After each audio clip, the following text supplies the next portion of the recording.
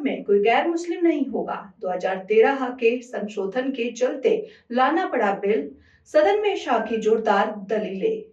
संसद में वक्फ बिल पर चर्चा के दौरान केंद्रीय गृह मंत्री अमित शाह ने एक एक कर विपक्ष के सभी सवालों का जवाब दिया। उन्होंने कहा कि वक्फ को चैरिटेबल ट्रस्ट के रूप में परिभाषित किया गया है, जहां लोग वक्फ के लिए जमीन दान देते हैं। उन्होंने स्पष्ट किया कि सरकारी संपत्ति का दान नहीं हो सकता है और दान केवल उस जमीन का किया जा सकता है जो व्यक्ति की अपनी हो। अमित शाह ने कहा कि विपक्षी दल देश तोड़ने की कोशिश कर रहे हैं, वक्फ में गड़बड़ी करने वालों को पकड़ा जाएगा। उन्होंने यह भी आरोप लगाया कि वक्फ में पैसे की चोरी हो रही है और इससे कई उदाहरण भी है। उन्होंने बताया कि 2014 में चुनाव के दौरान रेलवे की भूमि को वक्फ के नाम पर घोषित कर दिया गया था और गांवों पर भी वक्फ ने कब्जा कर लिया था। इसके अलावा तमिलनाडु में 1500 साल पुराने मंदिर की जमीन पर भी वक्फ ने कब्जा कर लिया था। अमित शाह की पूरी बात सुनिए। जो चर्चा चल रही है उसको मैंने बारीकी से सुना है। मुझे लगता है या तो निर्दोष भाव से या तो राजनीतिक कारणों से ढेर सारी भ्रांतियां कई सदस्यों के मन में भी है और कई सारी भ्रांतियां सदन के माध्यम से, आपके माध्यम से पूरे देश भर में फैलाने का प्रयास भी हो रहा है। बिल पर चर्चा का जवाब तो माननीय रिज्जू साहब देंगे। मैं कुछ बातें यहां रखी है, इसको मेरी समझ के हिसाब से क्लैरिफाई करने का जरूर प्रयास करूंगा। ये वक्त एक अरबी शब्द है। वक्त का इतिहास मान्यवर कुछ हदीसों से जुड़ा हुआ मिलता है और आजकल जिस अर्थ में वक्त शब्द का प्रयोग किया जाता है, इसका मतलब है अल्लाह के नाम पर संपत्ति का दान, पवित्र धार्मिक उद्देश्यों के लिए संपत्ति का दान। मान्यवर वक्त का समकालीन अर्थ, अभी जो अर्थ हम समझ रहे हैं, वो इस्लाम के दूसरे खलीफा श्री उमर के समय में अस्तित्व में आया। एक प्रकार से इसकी आज की भाषा में व्याख्या करें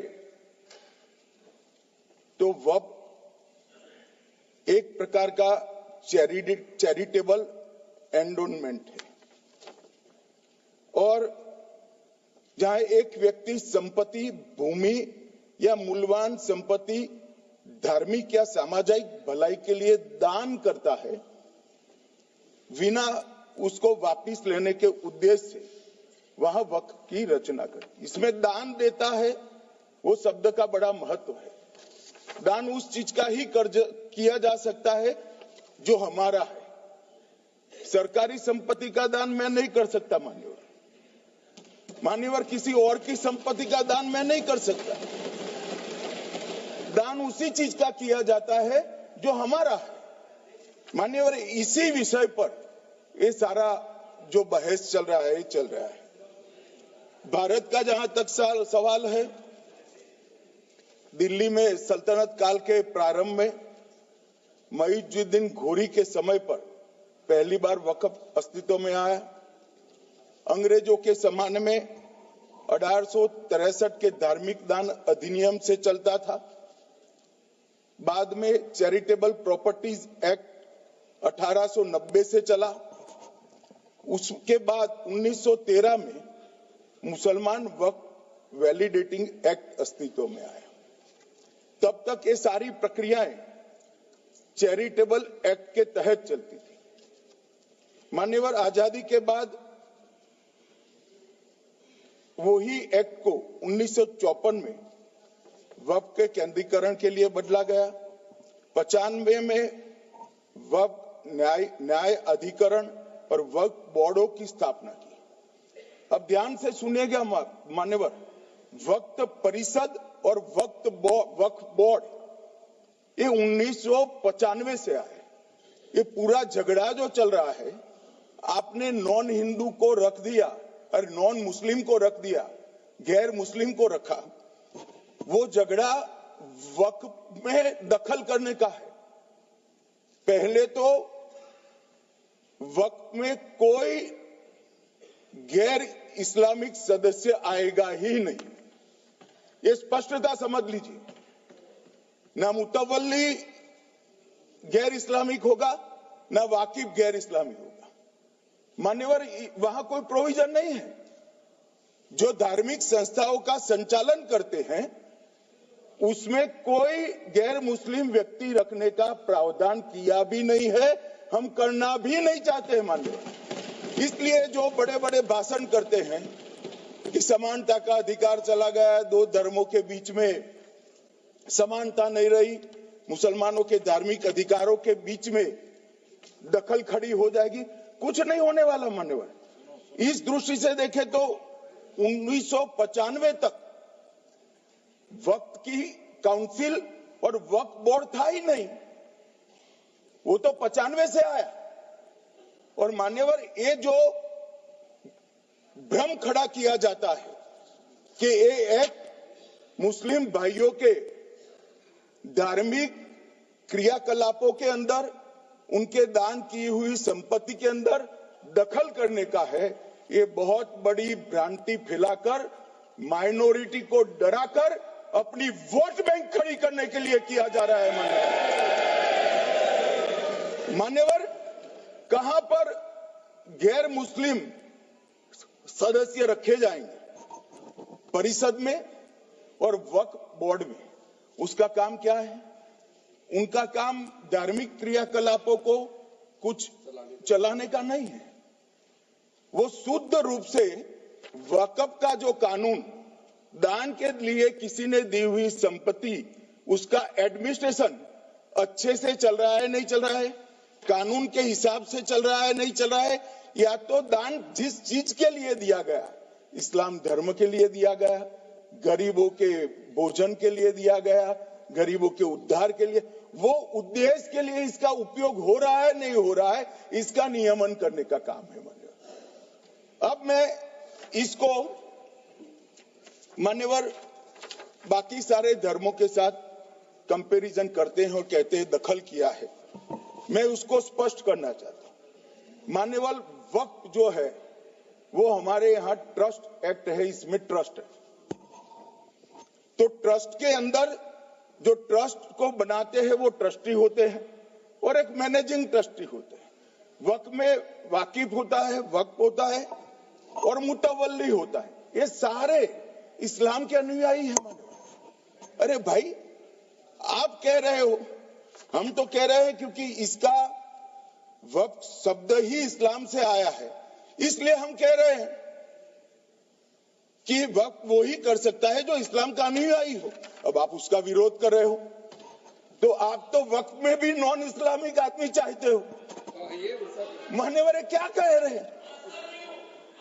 हम इसलिए कह रहे हैं कि वक्फ वो ही कर सकता है जो प्रैक्टिसिंग इस्लाम को प्रैक्टिस करता होगा, क्योंकि मान्यवर इसकी उत्पत्ति ही इस्लाम के सिद्धांतों से हुई है। अब मान्यवर, चाहे वक्फ धार्मिक हुआ, वक्फ बोर्ड नहीं हुआ, वक्फ परिषद भी नहीं हुई। अरे सुनो भाई, मान्यवर, ट्रस्ट के अंदर ट्रस्टी जो होते हैं, जो चर्च होगा तो क्रिश्चियन होंगे, पारसी भी होंगे, पारसी के लिए वो ट्रस्ट होगा, तो हिंदू होगा तो हिंदू के लिए। अब चैरिटी कमिश्नर हम कहेंगे कि भाई मुस्लिम क्यों आया? मुझे बताओ, चैरिटी कमिश्नर एक्ट में मुसलमान चैरिटी कमिश्नर बन सकता है या नहीं बन सकता है? उसको ट्रस्ट नहीं चलाना है, उसको चैरिटी के कानून के हिसाब से वो ट्रस्ट चले, उसकी देखरेख करनी है। ये धार्मिक नहीं है, ये धर्म का काम नहीं है मान्यवर, ये एडमिनिस्ट्रेटिव वर्क है। और इसलिए तो फिर चैरिटी कमिश्नर हिंदू होगा तो वो क्रिश्चियनों के ट्रस्ट का कैसे देखरेख करेगा? चैरिटी कमिश्नर क्रिश्चियन होगा तो जैनियों के और हिंदुओं के ट्रस्ट का कैसे देखरेख करेगा? अब बताओ, कि सारे ट्रस्ट के चैरिटी कमिश्नर अलग अलग बन, देश तोड़ दोगे आप लोग, तोड़ दोगे। हमने साहब, मैं अभी भी आपके माध्यम से, इस सदन के माध्यम से देश भर के मुसलमान भाइयों बहनों को कहना चाहता हूं, आपके वक्फ में एक भी नॉन मुस्लिम नहीं आएगा। ये एक्ट में ऐसा कोई प्रावधान नहीं। मगर जो वक्फ बोर्ड है और वक्फ परिषद है, उसका काम क्या है? वक्फ की संपत्तियां मान्यवर बेच खाने वाले लोगों को पकड़कर इसके बाहर निकालने का। वक्फ के नाम पर औने पौने दाम में संपत्तियों को 100 साल तक किराए पे देने वाले लोगों को पकड़ना है। वक्फ का जो पैसा होता है, इनकम जो घिरती जा रही है, जिसके माध्यम से माइनॉरिटी का विकास करना है, माइनॉरिटी को आगे बढ़ाना है, इस्लाम धर्म की सारी धार्मिक संस्थाओं को पुख्ता करना है। ये पैसा जो चोरी होता है ना, उसको पकड़ने का काम वक्फ बोर्ड, वक्फ परिषद करे। और मान्यवर, वो चाहते हैं कि इनके राज में जो मिलीभगत चली वो चलती रहे। ये नहीं चलेगी, ये नहीं चलेगी। और मान्यवर, मैं आज आपको बताना चाहता हूं क्या स्थिति हुई है। मान्यवर, सबने कहा, रिपीटेशन भी होगा, परंतु मैं कहना चाहता हूं मान्यवर कि वक्फ के 2013 में जो अमेंडमेंट्स आए, अब बिल किरण भाई का है, मगर मैं कह सकता हूं कि वक्फ का 2013 का अमेंडमेंट न किया होता तो ये बिल लाने की शायद जरूरत न पड़ती। सब कुछ अच्छा चलता था। 14 में चुनाव आने वाला था, 13 में रातों रात तुष्टीकरण करने के लिए वक्फ कानून को एक्सट्रीम बना दिया गया। और मान्यवर, इसके कारण क्या हुआ? इसके कारण दिल्ली लुटियन की 123 वीवीआईपी संपत्ति कांग्रेस सरकार ने जब चुनाव मुहाने पर थे, 25 दिन दूर था, वक्फ को देने का काम कर दिया। दिल्ली वक्फ बोर्ड ने उत्तरी रेलवे की भूमि वक्फ के नाम घोषित कर दी। हिमाचल में वक्फ की संपत्ति बताकर उस पर अवैध मस्जिद बनाने का काम किया। 250 हेक्टेयर क्षेत्रफल वाले 12 गांव पर वक्फ का स्वामित्व हो गया तब तमिलनाडु में। और मान्यवर, तमिलनाडु के 1500 साल पुराने तिरुचेंदुरई मंदिर की 400 एकड़ भूमि को वक्फ की संपत्ति घोषित कर। ये जब मंदिर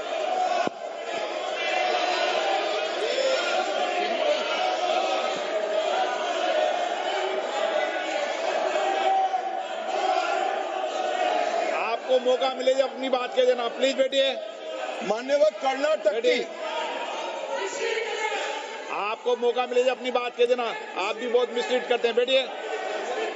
गृह मंत्री जी। मान्यवर, कर्नाटक की मणिपट्टी समिति का रिपोर्ट में पढ़ रहा हूं, इसमें मेरा कुछ नहीं है, खड़े मत हो जाना। ये मणिपट्टी समिति का रिपोर्ट है। 29,000 एकड़ भूमि वक्फ की बिजनेस के उपयोग के लिए किराए पर दे दी। मान्यवर, 2001 से 12 के बीच 2 लाख करोड़ की वक्फ की संपत्ति निजी संस्थानों को हस्तांतरित कर दी 100 साल की लीज पर। मान्यवर, बेंगलुरु में उच्च न्यायालय में बीच में पढ़ना पड़ा, 602 एकड़ भूमि को जब्त करने से रोकना पड़ा। विजयपुर कर्नाटक के होनवाड़ गांव की 1500 एकड़ भूमि पर दावा कर उसको विवाद में डाला और 500 करोड़ की संपत्ति जिस भूमि का मूल्य है, वहां 5 स्टार होटल को महीने 12,000 रुपए के किराए से दे दिया। अब मान्यवर ये कहते हैं कि इसका हिसाब किताब न करो, इसकी देखरेख न करो। भाई ये पैसा जो है देश के गरीब मुसलमान का है, ये धन्ना सोटों की चोरी के लिए नहीं, ये इसको रोकने के लिए। और इनके जो ठेकेदार बैठे हैं मान्यवर, ये यहाँ गरज गरज कर बोलते हैं, कुछ तो समझे बगैर बोलते हैं, कुछ समझ कर बोलते हैं। उनको लगता है कि इससे हम जीत जाएंगे। मान्यवर, कर्नाटक में दत्तापीठ के मंदिर पर क्लेम किया, तालीपरंबा 75 साल पुराने एक दावे के आधार पर 600 एकड़ जमीन का दावा किया और ईसाई समुदाय की भी ढेर सारी जमीनों पर कब्जा कर लिया गया। मान्यवर, आज देश के कई गणमान्य चर्च और चर्च के समूह वक्फ बिल का समर्थन कर रहे हैं। उनको लगता है कि इसका विरोध कर हम मुस्लिम भाइयों की सिंपैथी जीतकर अपनी वोट बैंक पक्का करेंगे, उसमें कोई फायदा नहीं होगा अखिलेश। इसलिए कि 4 साल में मुस्लिम भाइयों को मालूम पड़ जाएगा कि कानून तो उनके फायदे में है। और इसके साथ ये दक्षिण के सारे जो सांसद बोल रहे हैं, अपनी अपनी कॉन्स्टिट्यूएंसी में सारे चर्च को मान्यवर नाराज कर रहे हैं, उनको पता नहीं, सारे चर्च को नाराज करें। सारे चर्च ने रिजोल्व किया है कि हम खिलाफ इसका हम समर्थन करते हैं। मान्यवर, तेलंगाना में 66,000 करोड़ की 1700 एकड़ जमीन पर दावा कर दिया। असम में मोरीगांव जिले की 134 एकड़ भूमि पर दावा हुआ। बिहार का मैं लालू जी के कोर्ट के साथ बाद में बताता हूं। गुरुद्वारा से संबंधित हरियाणा की 14 मरला भूमि को वक्फ को सौंप दिया। और मान्यवर, प्रयागराज में चंद्रशेखर आजाद पार्क को भी वक्फ घोषित किया। और मान्यवर, महाराष्ट्र के वडानगे गांव में महादेव की मंदिर पर दावा किया और बीड में कंकलेश्वर मंदिर की 12 एकड़ जमीन वक्फ बोर्ड ने जबरन ले ली। मान्यवर, ये सब जब जो चल रहा है, इसमें आज भी मैं स्पष्ट करना चाहता हूं, वक्फ जो कि मुस्लिम भाइयों की धार्मिक क्रियाकलाप और उनके बनाए हुए दान से ट्रस्ट है, उसमें सरकार कोई दखल करना नहीं चाहती है। मुतवल्ली भी उनका होगा, वाकिफ भी उनका होगा, वक्फ भी उनका। परंतु वक्फ की संपत्ति, इसका रख रखाव ठीक से हो रहा है नहीं। वक्फ का संचालन कानून के हिसाब से हो रहा है, निजी उपयोग के हिसाब से। सैकड़ों साल पहले किसी बादशाह ने दान किया, हमारी भाषा में कहो तो धर्मादा किया। अब इसकी संपत्ति को आप 12,000 रुपये में 5 सितारा होटल बनाने के लिए दे देते हो, ये उचित है क्या? भाई वो पैसा गरीब मुसलमान के कल्याण के लिए करिए, तलाकशुदा महिलाओं के कल्याण के लिए करिए, जो अनाथ बच्चे हैं उसके कल्याण के लिए करिए। मानिए, और ये करने की जगह बेरोजगार मुसलमान युवाओं के लिए स्किलिंग का काम करिए। लाखों करोड़ों रुपए की भूमि मान्यवर और इनकम 126 करोड़ रुपया। रेलवे की जितनी जमीन है, जिसमें हजारों करोड़ लाखों करोड़ का रेलवे का कारोबार चलता है, इतनी भूमि वक्फ के पास है और इनकम 126 करोड़। मान्यवर कहते हैं कि इनकम का क्या उद्देश्य है?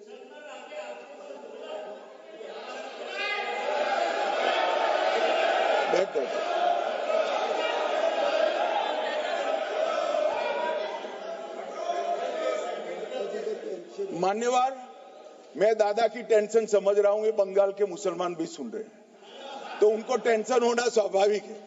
मान्यवर, लालू प्रसाद जी, आज आरजेडी के सारे सदस्य बोले, जब 2013 का अमेंडमेंट आया, मैं लालू जी का तो पूरा पढ़ना चाहता हूं, बाकी सदस्यों का सिर्फ टोकन पढ़ूंगा। लालू जी ने क्या कहा? मैडम, सरकार जो यह संशोधन विधेयक पेश किया है, सरकार की पहल का हम स्वागत करते हैं। शाहनवाज हुसैन जी और अन्य माननीय सदस्यों ने अपनी बातों को यहाँ रखा, मैं उसका समर्थन करता हूं। आप देखिए, सारी जमीनें हड़प ली गई है, चाहे सरकारी हो या गैर सरकारी। वक्फ बोर्ड में जो काम करने वाले लोग हैं, उनके द्वारा सारी प्राइम लैंड को बेच दिया गया है। पटना में ही डाक बंगले की जितनी प्रॉपर्टी थी, सब पर अपार्टमेंट बन गए। इस तरह की काफी लूट खसोट हुई है। हम संशोधन विधेयक तो आपको अंत में लाए हैं, समर्थन करते हैं, लेकिन मैं चाहता हूं कि भविष्य में आप कड़ा कानून लाइए और ये जो चोरी करने वाले लोग हो, उनको जेल की सलाखों के पीछे। अब सब लालू प्रसाद की इच्छा इन्होंने तो पूरी नहीं की, नरेंद्र मोदी जी ने पूरी कर दी। ये लालू जी ने कहा था, एक कड़ा कानून लाइए। मान्यवर शरीफुद्दीन शरीफ, उन्होंने कहा, मंत्री जी समझते हैं कि शायद इससे मुसलमानों का वोट मिल जाएगा, लिहाजा मुसलमान लोगों ने भी खुद ही तबाही मचाई है। इसलिए मैं गुजारिश करूंगा कि इसके लिए आप सख्त कानून बनाइए, उनके हाथों में हथकड़ियां पहनाइए और जो उनके कब्जे किए हैं वो जमीनों बेचकर गरीब और तलाकशुदा मुस्लिम बहनों का कल्याण करिए। इसके बाद श्री हमीदुल्लाह सैयद लक्षद्वीप से थे, उनका भी इसी टोन का भाषण है। और मान्यवर, मैं आज की बात नहीं कर रहा हूं, 2013 का जो बिल कांग्रेस पार्टी लेकर आई, इसके विरोध में इनके समर्थकों ने जो कहा था, मान्यवर ये है। और क्या होगा भाई इससे? पारदर्शी ऑडिट होगी। आज ऑडिट ही नहीं हो रही। रिपोर्ट ऑनलाइन जमा करने की सिस्टम नहीं है, वो होगी। रिपोर्ट देनी पड़ेगी, बैलेंस शीट जमा करनी पड़ेगी, ऑडिट होगी, कैग के रिटायर्ड ऑफिसर ऑडिट करेंगे और मान्यवर पारदर्शिता आएगी। इससे क्यों डरना चाहिए किसी को? पारदर्शिता से क्यों? और वक्फ बोर्ड और वक्फ परिषद, इसका कोई ऑर्डर हम ऐसा नहीं लिख रहे हैं कि कोर्ट में नहीं जा सकते। आपने तो कर दिया था कि ये ऑर्डर को कोई कोर्ट में चैलेंज ही नहीं कर सकता। पूरा संविधान वहां समाप्त कर दिया मान्यवर। और मान्यवर, हम तो इसको कहते हैं कि कोई भी चैलेंज कर सकता है कायदे की अदालत में। इस देश में संविधान का राज है। ग्रीवेंसेस जिसका भी हो कोर्ट में जा सकता है। 2013 में जिसकी भूमि हड़पी, इसके ग्रीवेंसेस को भी कोर्ट के फोरम से बाहर करने का पाप एक कांग्रेस पार्टी ने किया। मान्यवर, एक अफवाह और फैला रहे, रिट्रोस्पेक्टिव इफेक्ट से आ रहा है। मैं स्पष्ट कर देना चाहता हूं, इस सदन में बोलने के वक्त जिम्मेदारी के साथ बोलना चाहिए। अगर ये कानून का पहला पेज और तीसरी तक धाराएं भी पड़ी होती तो इसमें स्पष्ट लिखा है, ये कानून का अमल जिस दिन पारित होने के बाद भारत सरकार नोटिफिकेशन बाहर निकालेगी, उस दिन के बाद होगा। मतलब रिट्रोस्पेक्टिव इफेक्ट नहीं है, मगर मुस्लिम भाइयों को डराया जा रहा है कि रिट्रोस्पेक्टिव इफेक्ट से आएगा। मान्यवर, ये कह रहे कलेक्टर क्यों रखा है? मुझे एक बात बताओ भाई, जो बता सकते हैं। अगर किसी मंदिर के लिए जमीन खरीदनी है तो जमीन की मालिकी किसकी है, वो हमारे देश में कौन तय करता है? सबको मालूम है, कलेक्टर करता है सर, रेवेन्यू ऑफिसर वही है। तो अगर वक्फ की भूमि जो वक्फ कर रहा है उसकी है या नहीं है, इसकी जांच कलेक्टर करे तो इसमें आपत्ति क्या है? वक्फ तो दान है भाई, और दान अपनी संपत्ति का किया जा सकता है, किसी और की संपत्ति का नहीं किया जा सकता। गांव में कोई बेचारा अमेरिका गया है 4 महीने पढ़ने के लिए, घूमने के लिए आता है तो कि वक्फ घोषित हो गया। कोई कारोबार करने के लिए दिल्ली आता है तो कि वक्फ घोषित हो गया। अरे ऐसा नहीं होता भाई, कलेक्टर को पूछना पड़ेगा सरकारी संपत्ति है या नहीं है, इसकी जांच करनी चाहिए या नहीं करनी चाहिए। ढेर सारे मंदिर बनते हैं, बने भी है, बनेंगे भी। ढेर सारे चर्च बने हैं, गुरुद्वारे बने हैं, सरकारी संपत्ति पर बन सकते हैं क्या? नहीं बन सकते मान्यवर। जहां वक्फ की घोषणा होती है वो भूमि सरकारी है या नहीं है वो सत्यापित करना ही चाहिए और कलेक्टर के अलावे इसको कोई सत्यापित नहीं। मान्यवर, इन्होंने मैंने पहले भी बताया मान्यवर, कोर्ट को भी रास्ते से निकाल दिया। मैं बाद में बात करता हूं मान्यवर, ये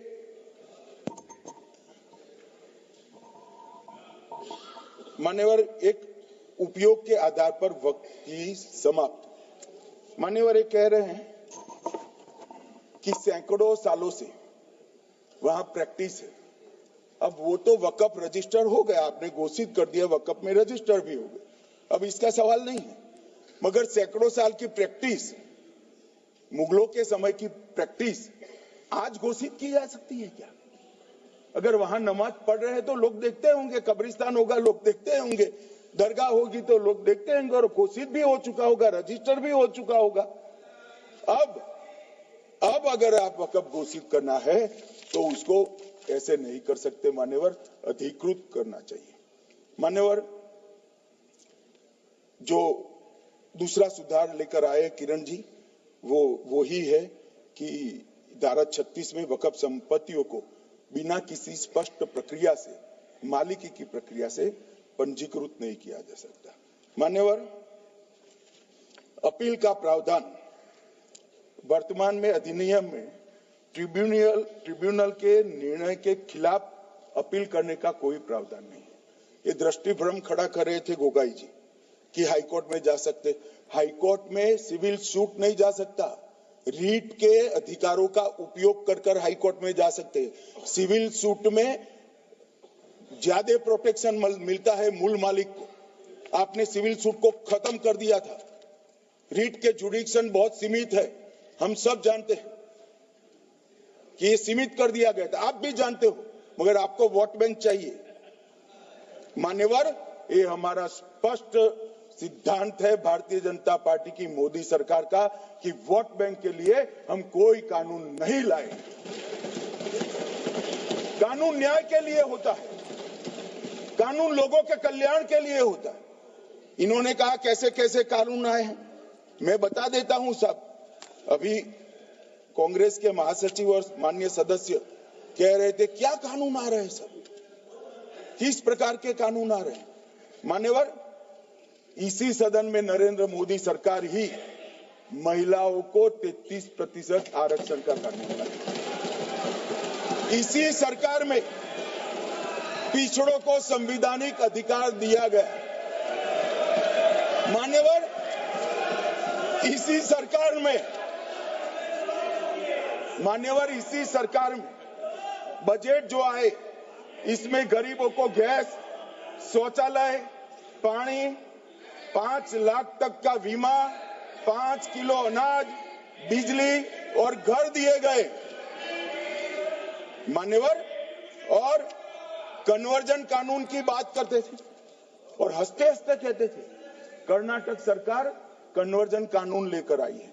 सबसे पहला कन्वर्जन कानून उड़ीसा और मध्य प्रदेश में कांग्रेस सरकार लेकर आई, मगर उस वक्त कांग्रेस सरकार तुष्टीकरण की नीति पर नहीं चलती थी, महात्मा गांधी के सिद्धांतों पर चलती थी।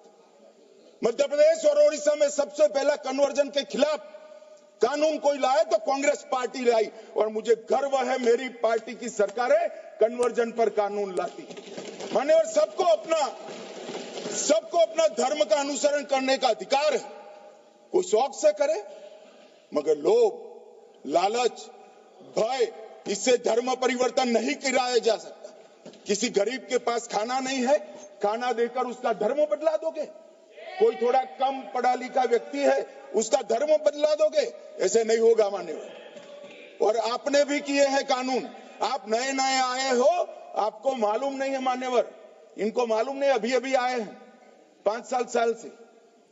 ये कांग्रेस पार्टी ने कानून किए थे मान्यवर। अपील का प्रावधान भी हमने आगे बढ़ाया, और गैर मुसलमानों के द्वारा दान की गई संपत्तियों पर, गैर मुसलमानों की दान की संपत्तियों पर वक्फ अधिनियम को हमने लगने से मना कर दिया। माने उनके लिए चैरिटी कमिश्नर का कायदा है। ये प्रैक्टिसिंग इस्लाम, जो इस्लाम की प्रैक्टिस करते हैं, इसीलिए मान्यवर हमने ओवरराइडिंग इफेक्ट को भी समाप्त कर दिया। मान्यवर ट्रस्ट का नियमन करने का जो कानून होता है, जैसे चैरिटी कमिश्नर के कानून में कोई ओवरराइडिंग इफेक्ट नहीं है। जहां क्लासेस आते हैं वहां ओवरराइडिंग इफेक्ट होती है। यहां ओवरराइडिंग इफेक्ट इसलिए देगी कि आप जिसकी संपत्ति हड़पी जाएगी उसको कोर्ट से जाने से रोकना चाहते थे, इसलिए ओवरराइडिंग इफेक्ट जो हमने मान्यवर निकाल दिया है। मान्यवर एक ऐसी चर्चा लेकर आए कि चर्चा नहीं। मैं आपको बताना चाहता हूं 2013 में जो अमेंडमेंट बिल आया, जिसके कारण ये बिल लाना पड़ा, वो बिल में कुल मिलाकर 5.4 घंटे चर्चा हुई थी, 5.5 घंटे दोनों सदन मिलाकर। और इस बिल में दोनों सदन मिलाकर 16 घंटे चर्चा हो रही है मान्यवर, 16 घंटे। इसके अलावे हमने डिमांड किया समिति बनाओ, समिति भी बनाई, 38 मीटिंगें हुई, 113 घंटे चर्चा हुई, 284 हितधारक बनाए गए। वक्फ बोर्डों की संख्या जो उपस्थित वक्फ बोर्ड भी हुए राज्यों के 25 हुए, राज्य सरकार के प्रतिनिधि 15 राज्य सरकारों के आए, सांसद 8 हुए, विधायक विधान परिषद 7 हुए और अध्ययन दौरे 3 किए गए और अल्पसंख्यक आयोगों को भी 5 बुलाया गया। ये सबसे 92.68 लाख करीब 1 करोड़ सुझाव देश भर से ऑनलाइन आए। इसकी मीमांसा कर ये कानून बना है। आप ऐसे इसको खारिज नहीं कर सकते हो भाई, पूरी प्रक्रिया को। आप जो कर रहे हैं 5.5 घंटे की प्रक्रिया, ये बहुत लोकतांत्रिक प्रक्रिया है और हम 16 घंटे चर्चा करते हैं कि चर्चा आपके अनुरूप चर्चा नहीं हो सकती। ये सदन में हर सदस्य बोलने के लिए स्वतंत्र है, कोई परिवार की यहां चलती नहीं है। ये तो जनता के नुमाइंदे हैं, किसी की कृपा से नहीं आए हैं। मान्यवर जो दिल में है, जो जनता की आवाज है, वो रखेंगे। मान्यवर एक सदस्य द्वारा कहा गया कि ये मिसलीडिंग है कि पुराने कानून में 2013 के जो अमेंडमेंट्स थे उसमें अपील का प्रोविजन था। अब मैं कहना चाहता हूं 83(9) उसमें अधिकरण द्वारा किए गए किसी भी विनिश्चय का आदेश विरुद्ध, चाहे वो अंतरिम हो या फाइनल, इस पर अपील नहीं हो सकती। इसका मतलब अपील का प्रोविजन आपने रखा ही नहीं था। सिविल न्यायालय, राजस्व कोर्ट और अन्य प्राधिकरण उसके अधिकार क्षेत्र पर भी प्रतिबंध लगा दिया और सरकारी अधिसूचना जो बाद में वक्फ बोर्ड और वक्फ परिषद के एडवाइस से होगी, इसको भी कोई चुनौती नहीं दे सकता। मान्यवर मुझे ये बताओ कि अभी फैशन है संविधान लहराने की, ये संविधान के हिसाब से सरकार का या किसी भी निजी संस्था का कोई भी फैसला मान्यवर कायदे की कोर्ट से बाहर कैसे हो सकता है? कोई भी फैसला हो, ये देश की अदालत वो फैसले तक रुचि नहीं रखेगी। नागरिक ग्रीवेंसेस लेकर कहां जाएंगे? जिसकी भूमि हड़प कर ली गई वो कहां जाएगा? ऐसा नहीं चलेगा। आपकी वोट बैंक के लिए आपने किया था, हम खारिज कर रहे हैं, ऐसा नहीं चलेगा। अदालत में जाइए, जिसको ग्रीवेंसेस है इधर और साइड से, और अदालत न्याय करेगी। न्याय के लिए तो अदालतें बनी है। और मान्यवर यहां एक सदस्य ने कह दिया माइनॉरिटी इस कानून को स्वीकार नहीं करेगी। क्या धमकाना चाहते हो भाई? संसद का कानून है, सबको स्वीकार करना पड़ेगा। स्वीकार नहीं करेंगे मतलब क्या है? कैसे बोल सकते हैं कोई हम कानून को स्वीकार नहीं करेंगे? ये कानून भारत सरकार का है, हर एक पर बंधन करता होगा और इसको स्वीकार करना पड़ेगा। मान्यवर, ये हमने तो खैर वक्फ को छेड़खानी नहीं की, वक्फ बोर्ड और वक्फ परिषद के अंदर बदलाव किया है, मगर वक्फ के लिए भी क्या क्या जजमेंट आए। सैयद फजल पुकोया थंगल बनाम भारत संघ 10/11/28 को केरल उच्च न्यायालय ने उन्होंने कहा वक्फ बोर्ड एक स्टैट्यूटरी बॉडी है, यह मुस्लिम समुदाय का प्रतिनिधि निकाय नहीं है। इसका फंक्शनिंग मान्यवर एडमिनिस्ट्रेटिव है। धार्मिक क्रियाकलापों को तो वक्फ ने करना है, चाहे कब्रिस्तान हो, चाहे दरगाह हो, चाहे मस्जिद हो, चाहे चैरिटी का काम, वो वक्फ बोर्ड को नहीं करना है भाई। ये केरल हाईकोर्ट ने किया, इलाहाबाद हाईकोर्ट ने भी, उसने तो मुतवल्ली तक भी कहा है, मगर हम मुतवल्ली तो जो धर्म का है वही रखेंगे।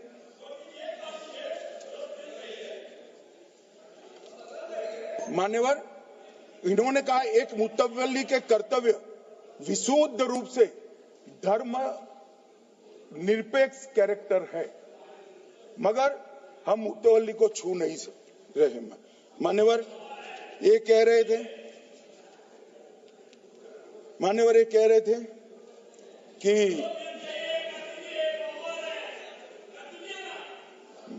मान्यवर ये कह रहे थे कि कोई गड़बड़ियां नहीं हुई। मान्यवर,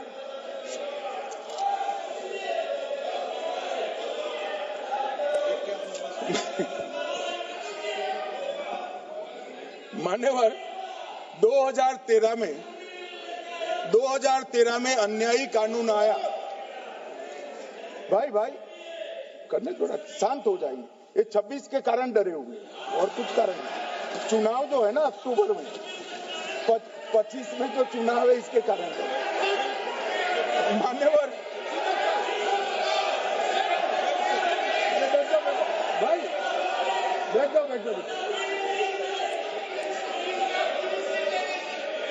मान्यवर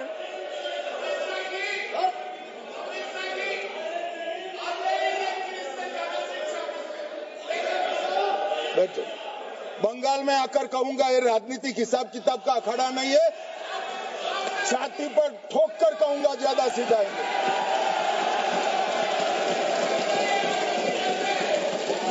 मान्यवर 2013 के,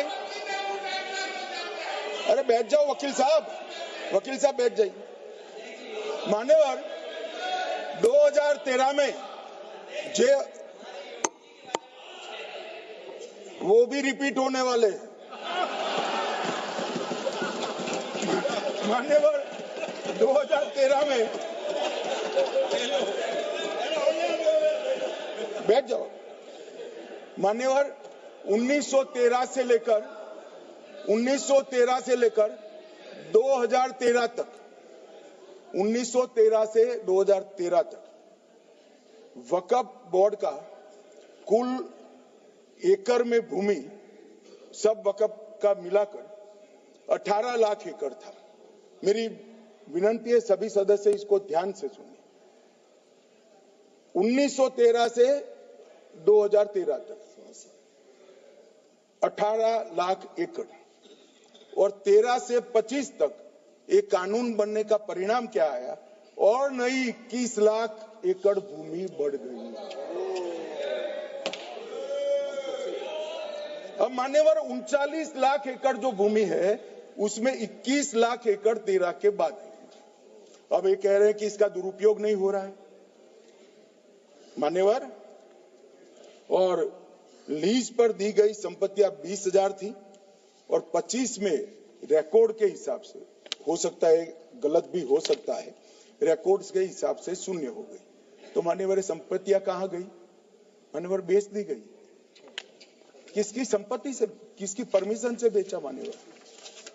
मान्यवर मैंने पहले ही कह दिया कि केरल और देश भर के Catholic bishop council, Catholic bishop conference of India, Catholic Congress Kerala, भारतीय कैथोलिक धर्मगुरुओं की महासभा, केरल चर्चों की संयुक्त परिषद, कैथोलिक कांग्रेस केरला, ये सब ने इस बिल का समर्थन करा है और कहा है अन्यायी 2013 का सुधार।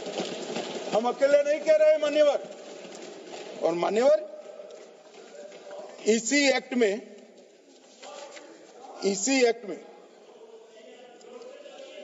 हमने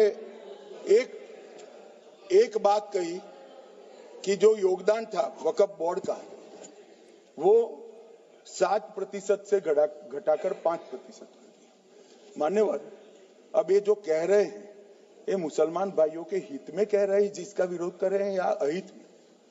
अगर 7 से 5% हमने कम किया तो कहां जाएगा? वो वक्फ में रहेगा। वक्फ बोर्ड का कम किया है। जो मस्जिद चल रही है उसको हमने 2% बढ़ाया है। ये उल्टा समझ रहे हैं मान्यवर। ये बिल जमीनों की सुरक्षा प्रदान करेगी मान्यवर। किसी की जमीन अब घोषणा मात्र से वक्फ नहीं बनेगी, उसको प्रोटेक्शन मान्यवर। पुरातत्व विभाग और एएसआई की जमीन को हम सुरक्षा देंगे। आदिवासी भाइयों की शेड्यूल 5 और शेड्यूल 6 की जो जमीन है वो सुरक्षित हो जाएगी। निजी संपत्ति जो आम नागरिकों की है वो भी सुरक्षित हो जाएगी। और वक्फ करने के लिए स्वामित्व को दान तो साहब अपनी संपत्ति का ही कर सकते हैं, गांव की संपत्ति का दान नहीं कर सकते। तो वक्फ निजी संपत्ति से ही स्वामित्व के बगैर नहीं हो पाएगा। इसमें पारदर्शिता लाने के लिए सूचना की प्रक्रिया को दाखिल किया गया है।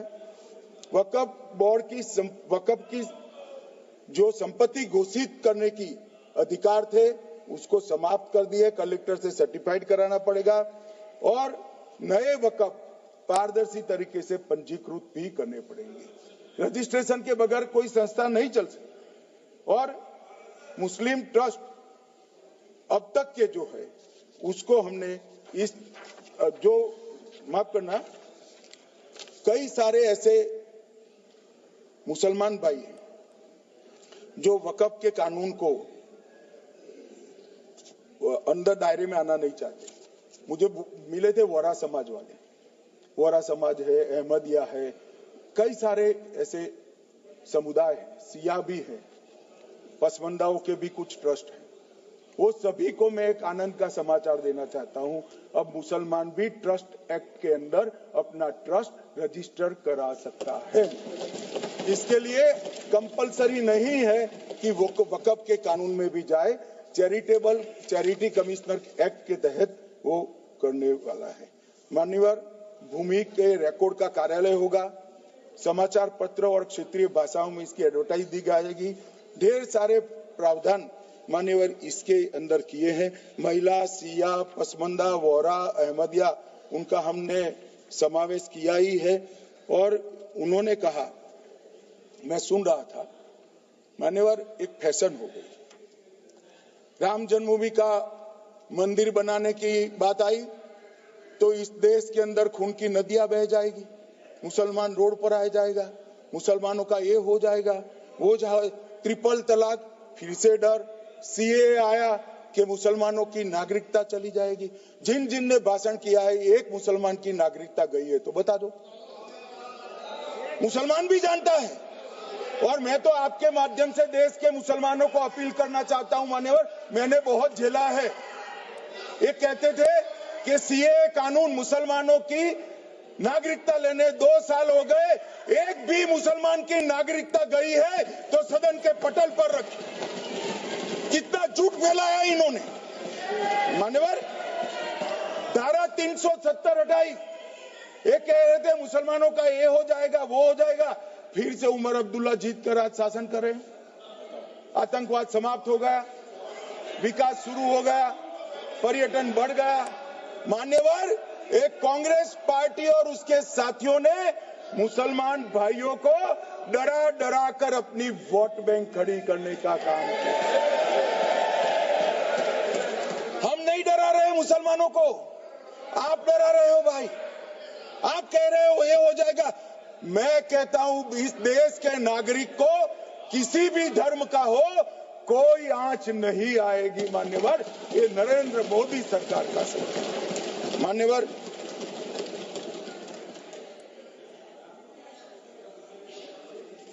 इनको मान्यवर ना पिछड़ों की चिंता है ना मुसलमानों की।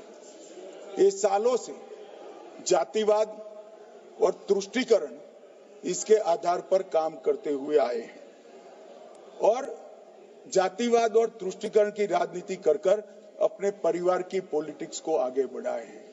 मगर 2014 से मान्यवर जातिवाद, तुष्टीकरण और परिवारवाद को एक साथ नरेंद्र मोदी ने समाप्त कर कर विकास की राजनीति इस देश में प्रस्तावित की। पॉलिटिक्स ऑफ परफॉर्मेंस परफॉर्म करिए और चुनकर आइए। 3 टर्म मोदी जी को चुना है और 3 टर्म भारतीय जनता पार्टी की सरकार रहने वाली है। मेरी बात ठीक कर मान्यवर। अंत में मैं किरण जी को बहुत बहुत बधाई देना चाहता हूं कि बहुत अभ्यास कर सारे दूषणों को निकालकर वक्फ कानून को शुद्ध, पारदर्शी और उद्देश्यों को समर्पित बनाने का काम रिज्जू साहब लेकर आए हैं। मैं इसका समर्थन करता हूं। अगर आपने हमारा अभी तक चैनल सब्सक्राइब नहीं किया है तो कृपया चैनल सब्सक्राइब कर लें, लाइक करें, शेयर करें, कमेंट करें। तो मिलते हैं फिर किसी और खबरों के साथ। नमस्कार।